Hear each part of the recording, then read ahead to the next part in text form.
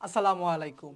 খুবই ব্যতিক্রমী একটা ভিডিও বা খুবই গুরুত্বপূর্ণ একটা ভিডিও নিয়ে তোমাদের সামনে আসা যে এই বছরে মেডিকেল ভর্তি পরীক্ষা সাধারণ জ্ঞানে আসলে কি ধরনের পরিবর্তন আসতে পারে বা তোমাদের প্রিপারেশন কীরকম হওয়া উচিত সেগুলো নিয়ে আমরা একটু কথা বলবো আজকে।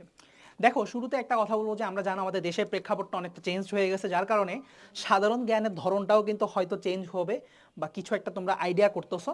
সো আমার প্রিজাম্পশন অনুযায়ী বা আমার অভিজ্ঞতা অনুযায়ী যে সকল কথাগুলো আমার মনে হয় তোমাদের সাথে শেয়ার করা উচিত, সো সেগুলো তোমাদেরকে শেয়ার করতেছি যে তোমরা সাধারণ জ্ঞানের প্রিপারেশন আসলে কি কি বিষয় লক্ষ্য রাখতে পারো, যেহেতু সাধারণ জ্ঞানে হয়তো পরিবর্তন আসতে পারে, বাট কীরকম পরিবর্তন আসবে, খুব ড্রাস্টিক পরিবর্তন না খুব ছোট পরিবর্তন, সেটা নিয়ে হয়তো আমরা একটু কথা বলবো, ঠিক আছে?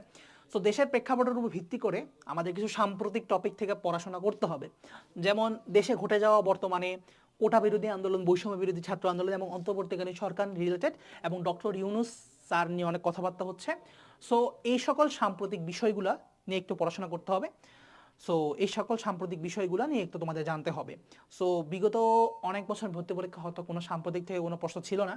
সো সিলেবাসে না থাকলেও সাম্প্রতিক এই সকল বিষয়কে তোমাকে গুরুত্ব সহকারে পড়তে হবে। টপিক সিলেকশনে এই সাম্প্রতিক বিষয়টা তোমাদের রাখতে হবে, এটা আমি বিশ্বাস করি। দেন আমরা আসি, টিপিক্যাল প্রশ্ন আসবে। সো এখান থেকে যদি দুইটা প্রশ্ন চলে আসে, সে টু সে দুইটা বা তিনটাও আসতে পারে, হয়তো প্রশ্ন প্যাটার্ন চেঞ্জ করার কারণে হইতে পারে। সো দুইটা প্রশ্ন যদি ন্যূনতম ধরে রাখে এখানে সাম্প্রতিকে, বাকি 8টা প্রশ্ন কিন্তু টিপিক্যাল কোশ্চেন থেকে হবে হয়তো, বা 7টা থেকে 8টা। টিপিক্যাল কোশ্চেন মধ্যেও কিন্তু দুইটা পার্ট আছে, একটা হচ্ছে প্রাচীন বাংলার ইতিহাস, একটা হচ্ছে মুক্তিযুদ্ধ। দুইটা কিন্তু সেম টপিক না, আমরা কিন্তু হয়তো ভুল করি। প্রাচীন বাংলার ইতিহাসটা কী ধরনের, সেটা হচ্ছে তোমার ওই যে পাল বংশ, মুঘল বংশ, বিভিন্ন বংশ যে আমাদের বাংলায় রাজত্ব করে গেছে অনেক বছর ধরে। তারপর হচ্ছে বাংলার নবাব, তারপর হচ্ছে ব্রিটিশ আমল, অর্থাৎ এই ব্রিটিশ আমল পর্যন্ত যা কিছু ঘটে গেছে সেটা হচ্ছে প্রাচীন বাংলার ইতিহাস। এই ইতিহাস থেকে আগে কিন্তু তেমন একটা প্রশ্ন হইতো না, সত্যি কথা বলতে গেলে, যেটা একটা বা দুইটা কোশ্চেন দিত। সো আমি আগের বছরগুলোতেও বলতাম যে বাবা, প্রাচীন বাংলার ইতিহাস পারলে স্কিপ কর।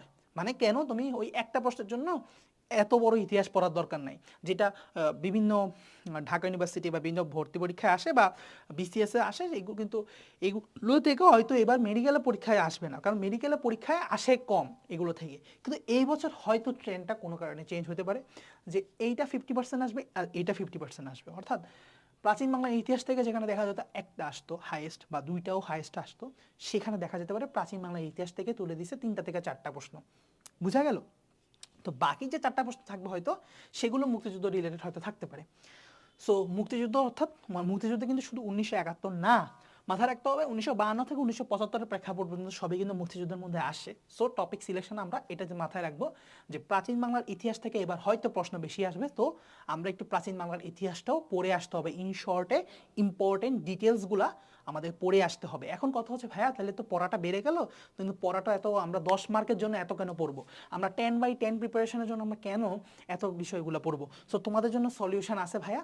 সলিউশন হচ্ছে আমাদের QNA medical analysis mega book GK E version. So GK সাধারণ জ্ঞান এবং ইংলিশের জন্য আমাদের একটা বেস্ট সলিউশন চলে আসছে আমাদের কিউএনএ পাবলিকেশনের পক্ষ থেকে। সো কিউএনএ পাবলিকেশনে এইখানে সাধারণ জ্ঞানের অংশটা আমরা একেবারে 150 থেকে 180 পেজের মধ্যে সীমাবদ্ধ রাখছি। একদম মাত্র 180 পেজ পড়ে তুমি সাম্প্রতিক বিষয়ও কভার করতে পারো মোটামুটি, প্রাচীন বাংলার ইতিহাসও কভার করবা, মুক্তিযুদ্ধের ইতিহাসও কভার করবা, অর্থাৎ যা কিছু আছে সব কিছু কভার করা হয়ে যাবে। বুঝা গেল?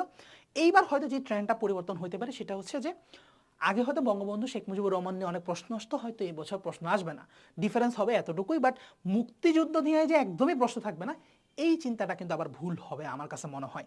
সো এই জন্য মুক্তিযুদ্ধ রিলেটেডটা পড়াটা কেউ স্কিপ করো না, যতক্ষণ পর্যন্ত না তোমার মেডিকেল অ্যাডমিশনের সিলেবাস চেঞ্জ হয়। কথাটা মাথায় রাখবা। এখন আসি, 100টা টপিক বেশি কম কম পড়ার থেকে ভালো 30টা টপিক বেশি করে পড়া। অর্থাৎ 100টা টপিক আমি কম কম পড়লাম, সেটার থেকে বেটার হচ্ছে 30টা টপিক চুজ করবো, এগুলোকে বেশি করে পড়বো। সেই 30টা টপিক কীরকম, সেই আমাদের কিউএনএ মেডিকেল অ্যানালাইসিস মেগাবুকগুলোর মধ্যে দেওয়া আছে।